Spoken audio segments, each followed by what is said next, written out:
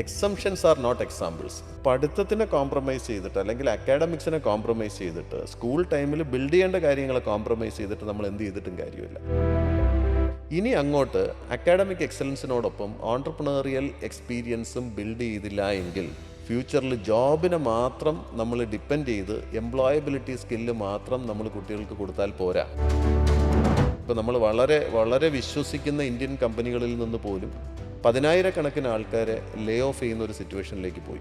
ഒരു കമ്പനിയും ഏറ്റവും പ്രൊഡക്റ്റീവായിട്ട് ഉള്ള അല്ലെങ്കിൽ ഏറ്റവും ഇൻഡിസ്പെൻസിബിൾ ആയിട്ടുള്ള ഒരാളിനെ ഒരിക്കലും ലേ ഓഫിൽ പെടുത്തില്ല.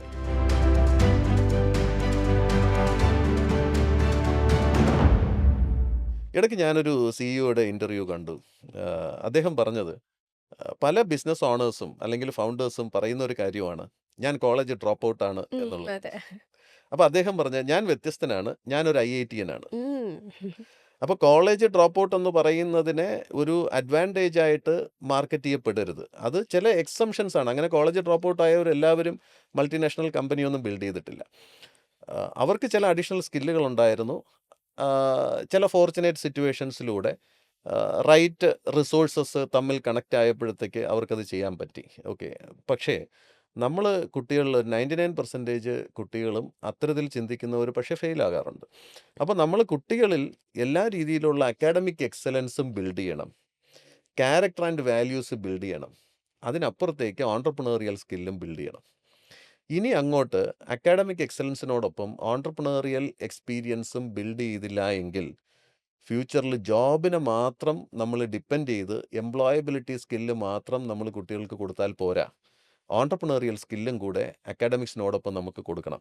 റീസൺ എന്താണെന്ന് ചോദിച്ചാൽ, നമുക്കറിയാം ആർട്ടിഫിഷ്യൽ ഇൻ്റലിജൻസിൻ്റെ വരവോടുകൂടെ ധാരാളം ജോബുകൾ റീപ്ലേസ്ഡ് ആകുന്നുണ്ട്, ഡിസ്പ്ലേസ്ഡ് ആകുന്നുണ്ട്. ഇതൊരു ഫാക്റ്റാണ്.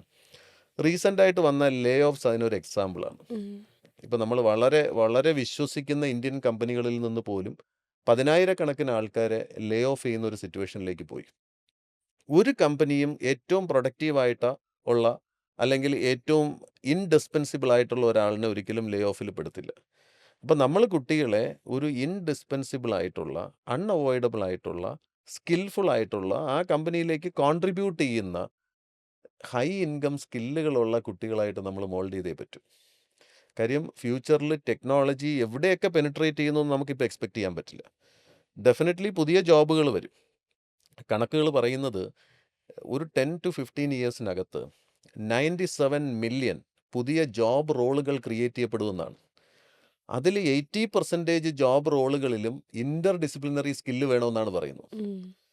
ഇൻ്റർ ഡിസിപ്ലിനറി സ്കില്ലെന്ന് പറയുമ്പോൾ അതിനെ മറ്റൊരു ടേമിൽ പറഞ്ഞു കഴിഞ്ഞാൽ പോളി മാത്സിന് വേണമെന്നാണ് പറയുന്നത്. Elon Musk is a polymath. അപ്പോൾ ഇനി ഫ്യൂച്ചറിലുള്ള ജോബുകളിൽ 80% ജോബുകളിലും ഇൻ്റർ ഡിസിപ്ലിനറി എബിലിറ്റീസ് അല്ലെങ്കിൽ പോളിമാത്തിക് എബിലിറ്റീസ് അല്ലെങ്കിൽ ജീനിയസ് കൈൻഡ് ഓഫ് എബിലിറ്റീസ് ഉണ്ടെങ്കിൽ മാത്രമേ ഒരു മിയർ ജോബിലേക്ക് പോലും ഫ്യൂച്ചറിൽ എൻ്റർ ചെയ്യാൻ പറ്റുള്ളൂ. അത്രയും ടെക്നോളജി ഭയങ്കരമായിട്ട് ഡെവലപ്പ് ആകുകയാണ്. ഇപ്പോൾ ആർട്ടിഫിഷ്യൽ ഇൻ്റലിജൻസ് വന്നതോടുകൂടെ സംഭവിക്കുന്ന മറ്റൊരു കാര്യം, സ്റ്റഡീസ് പറയുന്നതാണ്, ഹ്യൂമൻ ഇൻ്റലിജൻസ് 0.7% വെച്ച് എവറി ഇയർ ഡ്രോപ്പ് ആകുന്നു എന്നാണ് പറയുന്നത്. ഓ. കാര്യം നമ്മളിപ്പോൾ ഒരു ടെക്സ്റ്റ് മെസ്സേജ് അയക്കുന്നതിന് പകരം നമ്മൾ അയക്കുന്നത് വോയിസ് നോട്ടാണ്. സ്മാർട്ടായിരിക്കും. അതെ. ഇമോജീസ് ഉണ്ട്, സ്റ്റിക്കേഴ്സ് ഉണ്ട്. നമുക്ക് കമ്മ്യൂണിക്കേറ്റ് ചെയ്യാനായിട്ട് ഡിഫറെൻറ്റ് മൾട്ടിമീഡിയ ഫോംസ് നമുക്ക് അവൈലബിൾ ആണ്. നമ്മളൊരു സെൻറ്റൻസ് കൺസ്ട്രക്ട് ചെയ്യുമ്പോൾ നമ്മൾ തിങ്ക് ചെയ്യും, ഉം. അതിൻ്റെ ലാംഗ്വേജ് നോക്കും. ഉം. അപ്പോൾ ആ ഒരു മെസ്സേജ് അയക്കുന്നിടത്ത് പോലും നമുക്ക് തിങ്ക് ചെയ്യേണ്ട ആവശ്യമില്ല. നമ്മുടെ നോർമൽ കോൺവെർസേഷൻസ് മെസ്സേജസ് ആയിട്ട് അയക്കാനായിട്ടുള്ള ഓപ്പർച്യൂണിറ്റീസ് നമുക്കുണ്ട്. ഒരു രീതിയിലും മനുഷ്യർ തിങ്ക് ചെയ്യുന്നില്ല എന്നുള്ളതാണ് ഇന്നത്തെ ഏറ്റവും ബിഗ്ഗസ്റ്റ് പ്രോബ്ലം. അപ്പോൾ ഹ്യൂമൻ ഇൻ്റലിജൻസ് തിങ്കിങ് കുറയുന്നത് കൊണ്ട് തന്നെ ഹ്യൂമൻ ഇൻ്റലിജൻസിൽ ഒരു ഡിക്ലൈൻ വരുന്നുണ്ട്.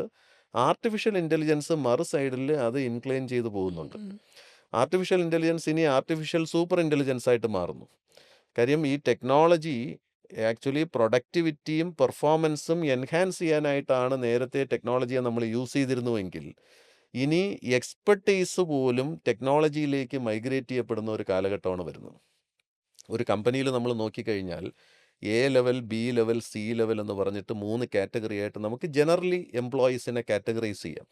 അതിൽ സി ലെവലിൽ ഒരു 1000 എംപ്ലോയീസ് ഉണ്ടെങ്കിൽ ബി ലെവലിൽ 10 എംപ്ലോയീസ് ആയിരിക്കും. അതായത് ഒരു 100 സി ലെവൽ എംപ്ലോയീസിനെ മാനേജ് ചെയ്യുന്ന ഒരു മാനേജർ ഉണ്ടാകും. ഈ 10 മാനേജേഴ്സിനെ മാനേജ് ചെയ്യുന്ന ഒരു ചീഫ് എക്സിക്യൂട്ടീവ് ഓഫീസർ ഉണ്ടാകാം. ഈ സി ലെവലിലുള്ള ആൾക്കാർ ചെയ്യുന്നതൊക്കെ റിപ്പറ്റിറ്റീവ് ആയിട്ടുള്ള റിഡൻഡൻറ്റ് ടാസ്കുകളായിരിക്കും. ഈ ടാസ്കുകളെല്ലാം നമുക്ക് ടെക്നോളജി വഴിയോ ഇൻഡസ്ട്രിയൽ ഓട്ടോമേഷൻ വഴിയോ റീപ്ലേസ് ചെയ്യാം. ദാറ്റ് മീൻസ് ആ പ്രൊഡക്ടിവിറ്റി ഇൻക്രീസ് ചെയ്യും. ലീവില്ല, മെറ്റേണിറ്റി ലീവില്ല, സ്ട്രൈക്കില്ല, വെക്കേഷൻ ഇല്ല, ഒന്നുമില്ല. 24/7 പ്രൊഡക്റ്റീവ് ആകുന്ന മെഷീൻസോ സോഫ്റ്റ്വെയർസോ വഴി ഈ സി ലെവലിലുള്ള ആൾക്കാരുടെ ഒരു 80% ജോബുകൾ റീപ്ലേസ് ചെയ്യപ്പെടും. മാനേജറിയൽ ലെവലിലുള്ള ആൾക്കാർക്ക് കുറച്ചുകൂടെ സ്ട്രാറ്റജിക് ഡിസിഷൻ മേക്കിംഗ് എബിലിറ്റി വേണം, ടീം മാനേജിങ് എബിലിറ്റി വേണം, അല്ലെങ്കിൽ ടീം കൊളാബറേഷൻ എബിലിറ്റി വേണം. അപ്പോൾ അത്തരത്തിലൊരു ട്രൂ ലീഡറിന് മാത്രമേ അവിടെ എത്താൻ പറ്റുള്ളൂ. അപ്പോൾ അവിടെ ഒരു സ്പിരിച്വൽ ലീഡർഷിപ്പ് വേണം. Spirituality is nothing connected to the religion. അപ്പോൾ ആ ഒരു ലീഡറിൽ പല പല ക്വാളിറ്റീസ് വേണം. അപ്പോൾ അതുപോലും ഇപ്പോഴിടയ്ക്ക് മെറ്റയുടെ CEO പറഞ്ഞതാണ്, ഈ മാനേജർ ലെവലിലുള്ള ജോബുകളെ പോലും റീപ്ലേസ് ചെയ്യിക്കാനായിട്ട് ടെക്നോളജിക്ക് പറ്റുമെന്നാണ് പറയുന്നത്. ചുരുക്കി പറഞ്ഞാൽ ചില കീ ഡിസിഷൻ മേക്കിങ്സിന് പോലും പറ്റുന്ന രീതിയിൽ ആർട്ടിഫിഷ്യൽ സൂപ്പർ ഇൻ്റലിജൻസ് ആയിട്ട് വളർന്നുകൊണ്ടിരിക്കുമ്പോൾ ഈ എ ലെവലിൽ വർക്ക് ചെയ്യാൻ മാത്രമേ നമുക്ക്, അല്ലെങ്കിൽ പരമാവധി ബി ലെവലിൽ വർക്ക് ചെയ്യാൻ മാത്രമേ നമുക്കിനി മനുഷ്യരെ ആവശ്യമുള്ളൂ ഫ്യൂച്ചറിൽ. ഈ എ ലെവലിലും ബി ലെവലിലും വർക്ക് ചെയ്യാൻ ഇന്നത്തെ സാധാരണ എഡ്യൂക്കേഷൻ സിസ്റ്റത്തിലൂടെ കിട്ടുന്ന ബേസിക് ലിറ്ററസി എബിലിറ്റീസും വെച്ച് ഒരു 25, 30 അല്ലെങ്കിൽ 40 അല്ലെങ്കിൽ 50,000 റുപ്പീസ് സാലറിയിൽ അപ്പുറത്തേക്ക് എത്താനായിട്ട് ദ ഹോൾ സിലബസ് അല്ലെങ്കിൽ ഹോൾ അക്കാഡമിക് സിസ്റ്റം അതിന് പ്രിപ്പയർഡ് അല്ല. അതിനകത്ത് എക്സംഷൻസ് ആയിട്ട് 2 3 പേരൊക്കെ ചിലപ്പോൾ CEO ആയിട്ടും ടോപ്പ് കമ്പനികളിലൊക്കെ എത്തുന്നുണ്ടാവും. ഞാൻ നേരത്തെ പറഞ്ഞ പോലെ ഈ എക്സംഷൻസ് എന്ന് പറയുന്നത് നമുക്ക് എക്സാമ്പിളായിട്ട് എടുക്കാൻ പറ്റില്ല.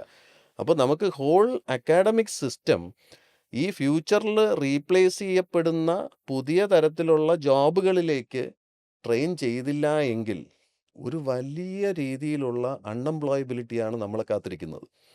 ഇതൊരു വലിയ ഡേഞ്ചറാണ്. ഇവിടെ എൻ്റെ വോയിസ് റൈസ് ചെയ്തേ പറ്റൂ.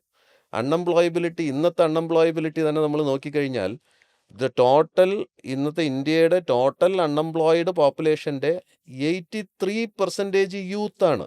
യൂത്ത് എന്ന് പറഞ്ഞു കഴിഞ്ഞാൽ 35 ഇയേഴ്സിന് താഴെയുള്ള ആൾക്കാരാണ് ഇന്ത്യയിലെ ടോട്ടൽ അൺഎംപ്ലോയിഡ് പോപ്പുലേഷൻ്റെ 83%. ഇതൊരു വളരെ അലാമിംഗ് ആയിട്ടുള്ളൊരു ഫിഗറാണ്. ഓരോ രാജ്യത്തിൻ്റെയും GDP അല്ലെങ്കിൽ അതിൻ്റെ ഗ്ലോബൽ റാങ്കിങ് അല്ലെങ്കിൽ അതിൻ്റെ എക്കണോമിയെ ഡ്രൈവ് ചെയ്യുന്നത് ആ രാജ്യത്തിലുള്ള ഓരോ വ്യക്തികളുടെയും പെർ ക്യാപിറ്റ ഇൻകം വെച്ചിട്ടാണ്. ഞാനും നിങ്ങളും ഏൺ ചെയ്യുന്ന മണി, അല്ലെങ്കിൽ ഇന്ത്യക്കകത്തുള്ള ടോട്ടൽ പ്രൊഡക്ഷൻ, അല്ലെങ്കിൽ അതിൻ്റെ എക്സ്പോർട്ട്, ഇങ്ങനെയുള്ള കീ ഫാക്ടേഴ്സാണ്.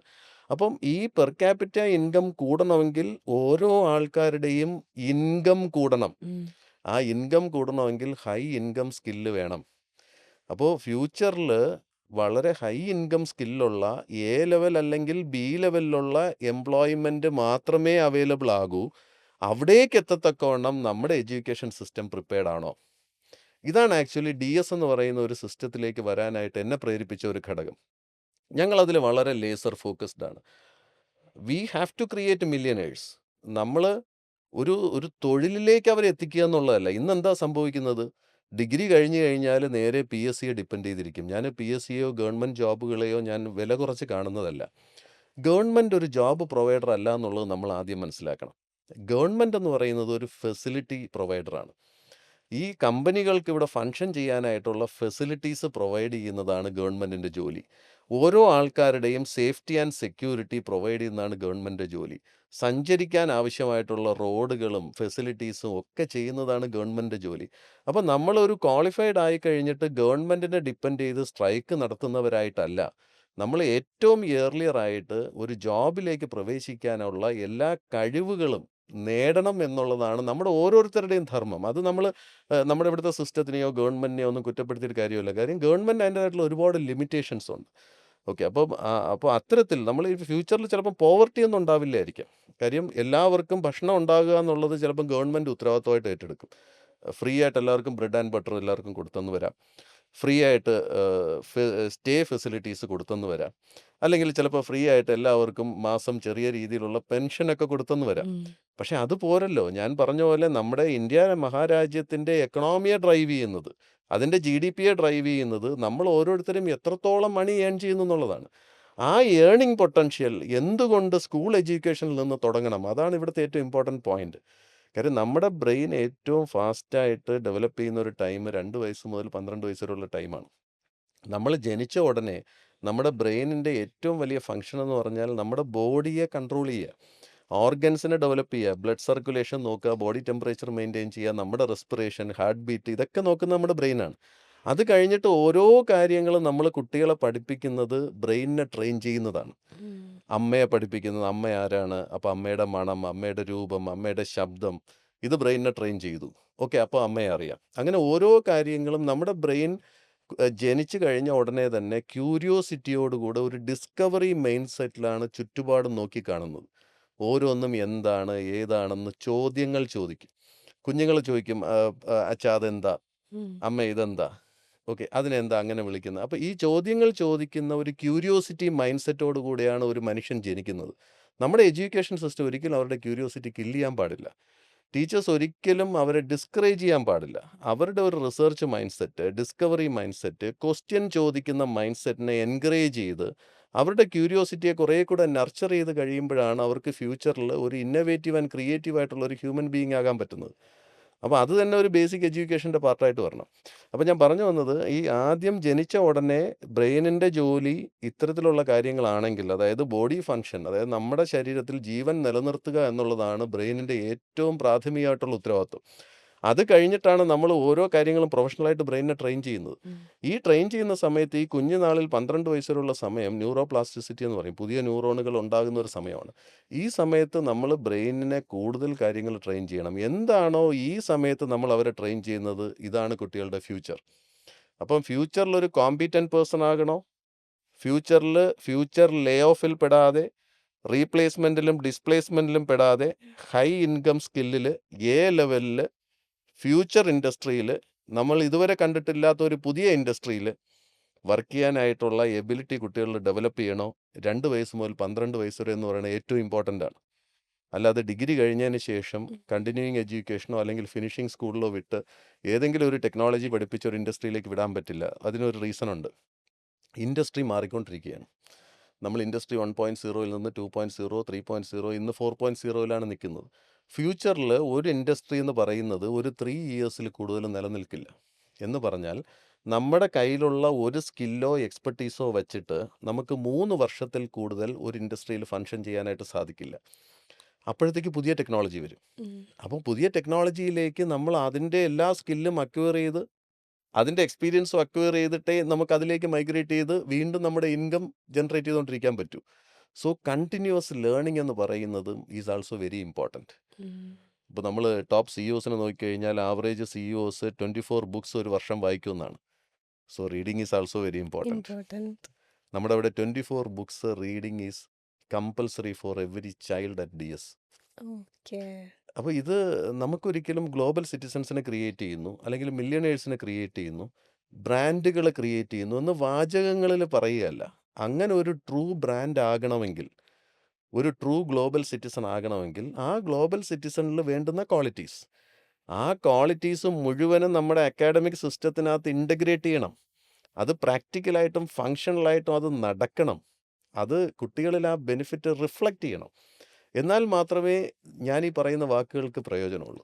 അതുകൊണ്ടാണ് നമ്മൾ റിസർച്ചിലും ട്രെയിനിങ്ങിലും അക്കാഡമിക് ഓഡിറ്റിലും അക്കാഡമിക് ക്വാളിറ്റി അഷ്വറൻസിലും അക്കാഡമിക് ക്വാളിറ്റി കൺട്രോളിലും നമ്മൾ ഫോക്കസ് ചെയ്ത് എല്ലാ ഡയറക്ഷനിലും 360 ഡിഗ്രി ഒരു പുതിയ എഡ്യൂക്കേഷൻ വാല്യൂ സിസ്റ്റം തന്നെ നമ്മൾ ഡെവലപ്പ് ചെയ്തു. വാല്യൂ ചെയിൻ നമ്മൾ ഡെവലപ്പ് ചെയ്തു. ഒരു പുതിയ എക്കോ സിസ്റ്റം നമ്മൾ ഡെവലപ്പ് ചെയ്തു. ഇത് കംപ്ലീറ്റ് ആയിട്ട് ഫ്യൂച്ചർ പ്രൂഫാണ്. അതുകൊണ്ടാണ് കുട്ടികൾ അത്രയും പെർഫോം ചെയ്യുന്നത്. അതായത് ഈ ഓൺടർപ്രണർഷിപ്പ് ഡെവലപ്മെന്റ് എന്ന് പറയുന്നത് കുട്ടികളെ ചെറിയ പ്രായം തൊട്ടേ പഠിപ്പിച്ച് തുടങ്ങുന്നുണ്ടെന്നുള്ളത്. എക്സാക്ട്ലി. ഓൺടർപ്രണർഷിപ്പ് എന്ന് പറയുന്നത് നമ്മളൊരു സെപ്പറേറ്റ് ട്രെയിനിങ്ങിലൂടെയോ അല്ലെങ്കിൽ ഒരു സബ്ജക്റ്റായിട്ടോ സക്സസ്ഫുൾ ആയിട്ടുള്ള ഒരു ഓൺടർപ്രണറുടെ ഒരു 1 ഡേ വെബിനാറോ സെമിനാറോ കൊണ്ടോ കൊടുക്കേണ്ട കാര്യമല്ല. നാളെ ഓരോരുത്തരും ഒരു ഓൺടർപ്രണറാണ്. റീസൺ, നമ്മുടെ പോപ്പുലേഷൻ കൂടിക്കൊണ്ടിരിക്കുക. ടെക്നോളജി ഇത്രയും അഡ്വാൻസ് ചെയ്യുമ്പോഴത്തേക്ക് ധാരാളം തൊഴിലുകൾ നഷ്ടപ്പെടും. അതുകൊണ്ടാണ് പറഞ്ഞത്, എംപ്ലോയ്മെൻ്റ് അല്ല നമ്മൾ ഇനി ക്രിയേറ്റ് ചെയ്യാൻ ട്രൈ ചെയ്യേണ്ടത്, നമ്മൾ ഓൺടർപ്രണേഴ്സിനെയാണ് ക്രിയേറ്റ് ചെയ്യേണ്ടത്. അവിടെയും നമുക്കൊരു ചെറിയ വ്യത്യാസം വേണം. അതിനെ ഞങ്ങൾ പറയുന്ന ഒരു ടേമാണ്. ആ ടേം ഞങ്ങൾ കണ്ടുപിടിച്ചതൊന്നുമല്ല. ടേം ആൾറെഡി ഉള്ളതാണ്. ഞങ്ങൾ ഫോളോ ചെയ്യുന്നത് പാഷൻപ്രനർഷിപ്പാണ്. കുട്ടികളുടെ ഒരു പാഷൻ ഐഡൻറ്റിഫൈ ചെയ്യുക. അവരുടെ ഇൻട്രസ്റ്റ് ഐഡൻറ്റിഫൈ ചെയ്യുക. ആ ഇൻട്രസ്റ്റിനെ എങ്ങനെ ഒരു സസ്റ്റൈനബിൾ ഇമ്പാക്റ്റ്ഫുൾ ബിസിനസ്സായിട്ട് ഒരു ഇൻകം മോഡലായിട്ട് അവർക്ക് കൺവേർട്ട് ചെയ്യാൻ പറ്റുക എന്നുള്ളത് നമ്മൾ നോക്കുന്നു. അങ്ങനത്തെ ഒരു പ്രോഡക്റ്റ് അല്ല. കാര്യം പല പല പ്രോഡക്റ്റുകളും കുട്ടികൾ അക്കാഡമിക്സിൻ്റെ പാർട്ടായിട്ട് തന്നെ ചെയ്യുന്നുണ്ട്. 100-ൽ കൂടുതൽ പ്രോജക്റ്റുകളാണ് ഒരു വർഷം ചെയ്യുന്നത്. സയൻസിൽ 30ഓളം പ്രോജക്റ്റ് ചെയ്യുന്നുണ്ട്, മാത്സിൽ 30ഓളം പ്രോജക്റ്റ് ചെയ്യുന്നുണ്ട്, ടെക്നോളജിയിൽ ചെയ്യുന്നുണ്ട്, ക്രിയേറ്റീവ് എക്സ്പ്രഷൻസിൽ ചെയ്യുന്നുണ്ട്. ഈ പ്രോജക്റ്റുകളിലൂടെയും പ്രോഡക്റ്റ് ഡെവലപ്മെൻറ്റിലൂടെയും ഈ അക്കാഡമിക് എക്സ്പീരിയൻഷ്യൽ എക്സ്പീരിയൻസിലൂടെ അവരറിയാതെ അവരുടെ ഉള്ളിൽ ഒരു ഓൺട്രപ്രണറിയൽ മൈൻഡ് സെറ്റും എബിലിറ്റിയും നമ്മൾ ഡെവലപ്പ് ചെയ്യാണ്. അവർ പ്രോഡക്റ്റുകൾ ഡെവലപ്പ് ചെയ്യുന്നു. ഇതിൻ്റെ റോ മെറ്റീരിയൽസ് അവർ തന്നെയാണ് പർച്ചേസ് ചെയ്യുന്നത്. ഈവൻ കൊട്ടേഷൻ എടുക്കുന്നതും അതിൻ്റെ ഷോപ്പ് ഐഡൻറ്റിഫൈ ചെയ്യുന്നതും. കാര്യം പലപ്പോഴും നമ്മളൊരു ഐഡിയ ആയിട്ടായിരിക്കും ഒരു മാർക്കറ്റിലേക്ക് വരുന്ന ഒരു ഓൺട്രപ്രണർ. പക്ഷെ നമുക്ക് ആ ഐഡിയ എങ്ങനെ പ്രോഡക്റ്റ് ആക്കണമെന്ന് നമുക്കറിയില്ല. അതിൻ്റെ റോ മെറ്റീരിയൽസ് നമുക്ക് എവിടെ നിന്ന് കിട്ടുമെന്ന് നമുക്കറിയില്ല. അപ്പോൾ അത് മുഴുവനും കുഞ്ഞുനാൾ മുതലേ ഞാൻ പറഞ്ഞ ആ ഒരു 2 to 12 ഇയേഴ്സ് ഇതും ട്രെയിൻ ചെയ്യണം. അപ്പോൾ ഫ്യൂച്ചറിൽ മറ്റൊരു ഇമ്പോർട്ടൻറ്റ് കാര്യം എന്ന് പറഞ്ഞാൽ ലൈഫ് എക്സ്പെക്റ്റൻസി കൂടിക്കൊണ്ടിരിക്കുകയാണ്. ഇതിപ്പോൾ കണക്കുകൾ പറയുന്നത് 1 out of 3 will live more than 100 years എന്നാണ്. കാര്യം നമ്മുടെ വെൽനസ് ഇൻഡസ്ട്രി ബൂം ചെയ്ത് വരുന്നു. ലൈഫ് സ്റ്റൈൽ ഡിസീസസ് ഒക്കെ ഒബ്സലേറ്റ് ആകുന്നു. ഇപ്പോൾ ക്യാൻസർ പോലുള്ള അസുഖങ്ങൾക്ക് പോലും വാക്സിനേഷൻസ് വരുന്നു, മെഡിസിൻസ് വരുന്നു. അപ്പോൾ പല മരണത്തിന് കാരണമാകാവുന്ന പല ഡിസീസസും മാറിക്കൊണ്ടിരിക്കുന്നു. മെഡിക്കൽ സയൻസ് അഡ്വാൻസ് ചെയ്ത് വരുന്നതോടുകൂടെ വന്നുകൊണ്ടിരിക്കുകയാണ്. അപ്പോൾ അങ്ങനെ വരുമ്പോഴത്തേക്ക് ആൾക്കാർ ഇപ്പോൾ നമ്മുടെ ഈ കുഞ്ഞുങ്ങളൊക്കെ 100 വയസ്സ് കഴിഞ്ഞ് ജീവിക്കും. അവരുടെ ലൈഫ് എക്സ്പെക്റ്റൻസി കൂടുതലാണ്. അവരൊരു 55-60 ഇയേഴ്സ് അവർ വർക്ക് ചെയ്താൽ പോലും വീണ്ടും അവർക്കൊരു ഹെൽത്തി ആയിട്ടുള്ള 25-30 ഇയേഴ്സ് ഉണ്ടാവും. അതെ. കാര്യം നമ്മളൊരു കൺസെപ്റ്റ് കൂടെ നമ്മൾ ഓർക്കണം. ഈ live long and die short എന്ന് പറയും. അതായത് 100-ാമത്തെ വയസ്സിലാണ് മരിക്കുന്നതെങ്കിൽ 95 വയസ്സ് വരെ വളരെ ഹെൽത്തി ആയിട്ട് ജീവിക്കുകയും ലാസ്റ്റ് ഒരു 5 വർഷം മാത്രം നമ്മുടെ ഹെൽത്ത് ഇച്ചിരി ഡൗൺ ആയിട്ട് നമ്മൾ മരിക്കുകയും ചെയ്യുന്ന ഒരവസ്ഥ. പക്ഷേ ഇപ്പോൾ സംഭവിക്കുന്നതെന്ന് പറഞ്ഞാൽ ഡയബറ്റീസ് പോലുള്ള അസുഖങ്ങൾ 35 വയസ്സ് ഇപ്പോൾ പറയുന്നതൊക്കെ ഇപ്പോൾ ഹാർട്ട് അറ്റാക്ക് 30 വയസ്സായവരിൽ പോലും വളരെ കൂടി വരുന്നു എന്നുള്ളത്. അപ്പോൾ അങ്ങനെ വരുമ്പോൾ അസുഖങ്ങളോട് കൂടെയാണ് നമ്മളൊരു 40-50 വർഷം ജീവിക്കുന്നത്. ഇത് വെൽനസ് എന്ന് പറയുന്ന ഒരു ഇൻഡസ്ട്രി ബൂം ചെയ്ത് വരുമ്പം കുറച്ചുകൂടെ നമ്മുടെ ഫുഡ് ഹാബിറ്റ്സിൽ മാറ്റം വരുമ്പം എക്സസൈസ് റൊട്ടീനിൽ മാറ്റം വരുമ്പം കുറച്ചുകൂടെ നമ്മൾ ഹെൽത്ത് കോൺഷ്യസ് ആകുമ്പോൾ നമ്മുടെ ലൈഫ് എന്ന് പറയുന്ന എക്സ്പെക്റ്റൻസി എന്ന് പറയുന്നത് കുറച്ചുകൂടെ കൂടുതലായിരിക്കും. അപ്പോൾ ഇത്രയും കാലഘട്ടം നമുക്ക് വെറുതെ ഇരിക്കാൻ പറ്റില്ലല്ലോ. നമ്മളൊരു 55 ഇയേഴ്സ് വരെ വർക്ക് ചെയ്തു അല്ലെങ്കിൽ 60 ഇയേഴ്സ് വർക്ക് ചെയ്തു. അപ്പോൾ അത് കഴിഞ്ഞതിന് ശേഷം നമുക്കൊരു ഓൺട്രപ്രണർ ആകാം. ഓൺട്രപ്രണർ എന്ന് പറയുന്നത് നമ്മൾ ഒരുപാട് ഇൻവെസ്റ്റ് ചെയ്ത് ഒരു ബിസിനസ് എംപയർ ബിൽഡ് ചെയ്യുന്നതല്ല ഇനിയുള്ള ഫ്യൂച്ചറിലുള്ള ഓൺട്രപ്രണർഷിപ്പ് എന്ന് പറയുന്നത്. ഇപ്പോൾ തന്നെ central government 1 person company introduce ചെയ്തു. ദാറ്റ് മീൻസ് 1 പേഴ്സൺ തന്നെ ഒരു കമ്പനിയായിട്ട് മാറാം, ഒരു ബ്രാൻഡായിട്ട് മാറാം. അതിൻ്റെ രജിസ്ട്രേഷൻ പ്രൊസീജിയേഴ്സ് കുറച്ചു. ലീഗൽ പ്രൊസീജിയേഴ്സൊക്കെ വളരെ വളരെ സിംപ്ലിഫൈ ചെയ്തു. ആർക്ക് വേണമെങ്കിലും ഒരു 24 അവേഴ്സ് അല്ലെങ്കിൽ 2 ഡേയ്സ് കൊണ്ട് ഒരു ബിസിനസ് രജിസ്റ്റർ ചെയ്ത് ഒരു ബിസിനസ് സ്റ്റാർട്ട് ചെയ്യാനായിട്ട് പറ്റും. അപ്പോൾ അത്തരത്തിൽ നല്ലൊരു എക്കോസിസ്റ്റമാണ്. കാര്യം ഗവൺമെൻറ് ഇതിൽ വളരെ അവെയറാണ്. കാര്യം ഇനി ഓൺട്രപ്രണേഴ്സിന് വളരെ കംഫർട്ടബിളായിട്ട് ബിസിനസ് ചെയ്യാൻ പറ്റുന്ന സാഹചര്യം ഉണ്ടായില്ല എങ്കിൽ അൺഎംപ്ലോയബിലിറ്റിയുടെ ഒരു വലിയ ക്രൈസിസ് എന്ന് പറയുന്നത് ഗവൺമെൻറ് മാനേജ് ചെയ്യാൻ പറ്റില്ല.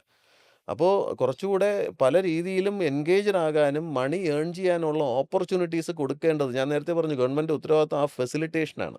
അതിൻ്റെ പാർട്ടായിട്ടാണ് ആ ലീഗൽ കംപ്ലയൻസസും സ്റ്റാറ്റ്യൂട്ടറി കംപ്ലയൻസസും ഒക്കെ വളരെ സിംപ്ലിഫൈ ചെയ്തിരിക്കുന്നത്.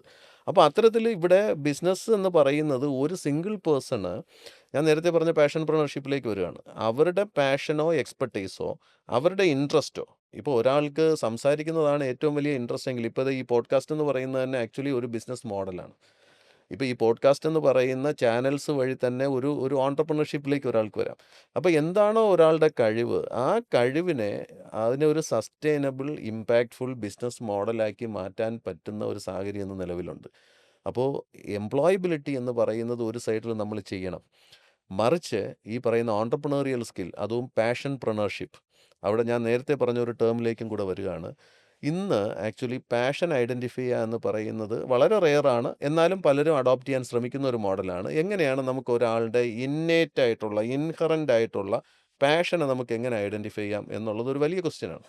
നമുക്കതിനകത്തുള്ള സയൻറ്റിഫിക് മോഡലുണ്ട്. ഓക്കെ, 800ഓളം ഔട്ട്കമ്മുകൾ മാപ്പ് ചെയ്തിട്ടാണ് നമ്മൾ കുട്ടികളുടെ പാഷൻ ഐഡൻറ്റിഫൈ ചെയ്യുന്നത്. അതിന് 80ഓളം ഡിഫറൻറ്റ് ഷീറ്റുകൾ നമ്മൾ മെയിൻറ്റെയിൻ ചെയ്യുന്നുണ്ട്. നമ്മുടെ ആനുവൽ റിപ്പോർട്ട് എന്ന് പറയുന്നത് തന്നെ 200 പേജസ് ആണ്. You can believe it. സാധാരണ ഒരു പേജിൽ 10 സബ്ജക്റ്റിൻ്റെ മാർക്ക് കൊടുക്കുന്ന സ്ഥലത്ത് നമ്മുടെ ഒരു കുട്ടിയുടെ ആനുവൽ റിപ്പോർട്ട് എന്ന് പറയുന്നത് 200 പേജസ് ആണ്. അപ്പോൾ 800ഓളം ഔട്ട്കംസ് ആണ് നമ്മൾ മാപ്പ് ചെയ്ത് കൊണ്ടുവരുന്നത്. അപ്പോൾ കുഞ്ഞുനാൾ മുതലേ അവർ ഓരോ സബ്ജക്റ്റിലും സബ്ജക്റ്റിനപ്പുറത്തേക്കുള്ള കോ കരിക്കുലർ ആക്ടിവിറ്റീസ്, സബ്ജക്റ്റിൻ്റെ extra curricular activities, super curricular activities, ഇതിലൂടെ അവർ എക്സിബിറ്റ് ചെയ്യുന്ന അവരുടെ ഇൻട്രസ്റ്റ്, ഓക്കെ, അവർ പ്രോജക്റ്റ് ചെയ്യുന്നതിനകത്തുള്ള അവർ കാണിക്കുന്ന താല്പര്യം, അത് എക്സിബിറ്റ് ചെയ്യുമ്പോഴത്തേക്ക് അവരുടെ എനർജി, ഒരു പ്രോബ്ലം സോൾവ് ചെയ്യാനായിട്ട് അവർ കാണിക്കുന്ന ഒരു ക്യൂരിയോസിറ്റി, അതുപോലെ തന്നെ ഇതിനകത്ത് സെമിനാറുകളോ വർക്ക്ഷോപ്പുകളോ പേപ്പർ പ്രസൻറ്റേഷൻസോ അല്ലെങ്കിൽ ഫീൽഡ് വിസിറ്റുകളോ അല്ലെങ്കിൽ ഇൻറ്റേൺഷിപ്പോ അല്ലെങ്കിൽ ഒളിമ്പിയാഡ് എക്സാമിനേഷൻസോ ഹാക്കത്തോൺ പോലുള്ള എക്സാമിനേഷൻസോ ചലഞ്ചിങ് ആയിട്ടുള്ള കോമ്പറ്റീഷൻസിൽ പാർട്ടിസിപ്പേറ്റ് ചെയ്ത് അവരുടെ സബ്ജക്റ്റിനകത്തുള്ള എക്സ്പെർട്ടീസ് അവർ പ്രകടിപ്പിക്കുന്നതോ, ഇതൊക്കെ നമ്മൾ മാപ്പ് ചെയ്തിട്ടാണ് അവരുടെ പാഷൻ ഐഡൻറ്റിഫൈ ചെയ്യുന്നത്. ഒരു ചെറിയ കാര്യമില്ല. ഇത് ഇത്രയും ഡെവലപ്പ് ചെയ്യാൻ തന്നെ നമ്മൾ അറൗണ്ട് ഒരു 4 ഇയേഴ്സ് എടുത്തു. അപ്പോൾ അത് നമ്മളിപ്പോൾ ടെക്നോളജിയിലേക്ക് നമ്മൾ മാറ്റിക്കൊണ്ടിരിക്കുകയാണ്, ആർട്ടിഫിഷ്യൽ ഇൻ്റലിജൻസ് കൂടെ യൂസ് ചെയ്തിട്ട്. സോ ദാറ്റ് നമുക്കൊരു പ്രിസൈസ് ആയിട്ടുള്ള ഒരു ഡിസിഷൻ കുട്ടിയുടെ കാര്യത്തിൽ എടുക്കാനായിട്ട് പറ്റും. പലപ്പോഴും പാരൻസ് കൺഫ്യൂസ്ഡ് ആണ്. അതെ. പാരൻസിന് അറിയാം മാത്സിൽ കുഞ്ഞിന് ഇൻട്രസ്റ്റ് ഉണ്ട്, ഉം. പക്ഷേ സ്പെസിഫിക് ആയിട്ട് ഏത് ഹയർ എഡ്യൂക്കേഷനാണ് മോന് വേണ്ടിയിട്ട് സെലക്ട് ചെയ്യേണ്ടത്. അതിനെ ഫ്യൂച്ചറിൽ നമുക്ക് ഒരുവിധം സേഫായിട്ടുള്ള ഏത് പ്രൊഫഷനിലേക്ക് നമുക്ക് അതിനെ ട്രാൻസ്ലേറ്റ് ചെയ്യാനായിട്ട് സാധിക്കും. അല്ലെങ്കിൽ ഏത് പ്രൊഫഷൻ സെലക്ട് ചെയ്താലായിരിക്കും ആൾ ഹാപ്പി ആയിട്ട് ആൾക്ക് ജീവിക്കാൻ പറ്റുക, ആളുടെ പാഷൻ ഏതാണ്, ഇത് ഐഡൻറ്റിഫൈ ചെയ്യാനായിട്ട് ഇന്നത്തെ എഡ്യൂക്കേഷൻ സിസ്റ്റത്തിനും സാധിക്കുന്നില്ല, പാരൻസിനും സാധിക്കുന്നില്ല. അൺഫോർച്ചുനേറ്റ്ലി ആ കുട്ടിക്ക് പോലും സാധിക്കുന്നില്ല എന്നുള്ളതാണ് ഇവിടുത്തെ ഏറ്റവും ഇൻട്രസ്റ്റിംഗ് ആയിട്ടുള്ള കാര്യം.